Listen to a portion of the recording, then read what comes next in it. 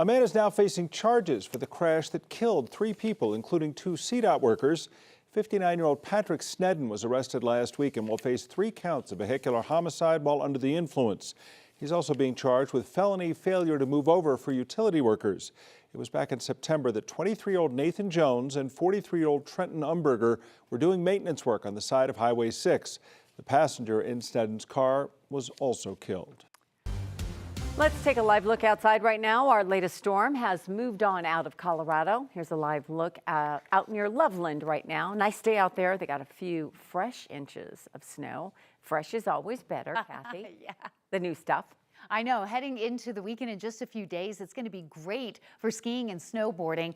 It's just getting to the weekend if you got to drive across the foothills because the wind is coming back. You might have noticed that big mountain wave cloud today. That's going to bring us a beautiful sunset tonight. If you have a picture, send that in and I'll post it here on 9 News at 9 and 10. The winds are expected to ramp up here within the hour west of town. Temperatures today, we're still at 52 in Denver, but we've had some colder readings. The cloud cover certainly making it feel colder than that Fahrenheit temperature. Pretty gusty in Broomfield right now. Genesee, 44-mile-per-hour gusts in the Loveland Pass area. High wind warning goes out at 5 o'clock for the Front Range foothills. Unfortunately, we could be looking at wind gusts to 80 miles per hour. This will continue through much of the day tomorrow.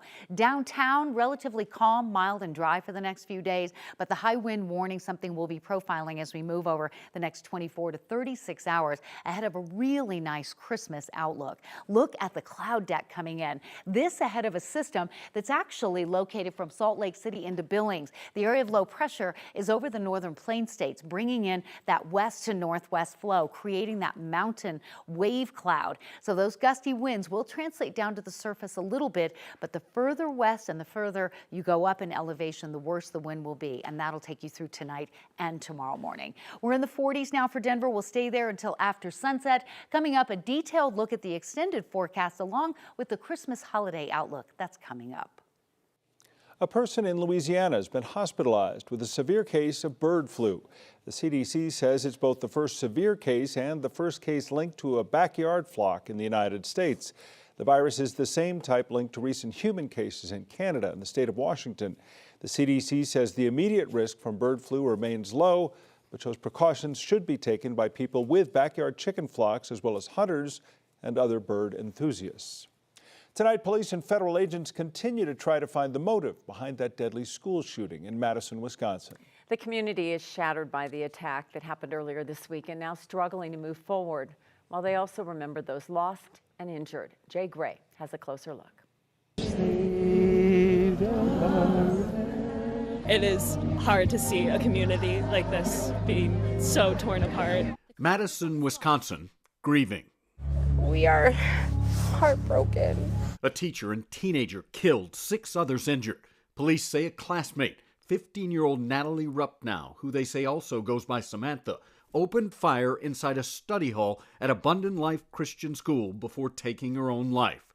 As investigators continue to search for evidence and answers about how and why it happened, this community is also wrestling with difficult questions.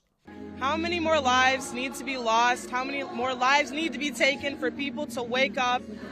I mean, our children, our loved ones are stuck between a crossfire. When is it enough? When is it enough? For many, to find somebody next to you and offer them a hug. Let us remind each other that we are loved, that we are valued, and we are not alone in this difficult time. there is a comfort that comes in being together. We will get through this, and we will get through this together by relying on each other and by taking care of each other. Support they will need for a long time here. Jay Gray, NBC News.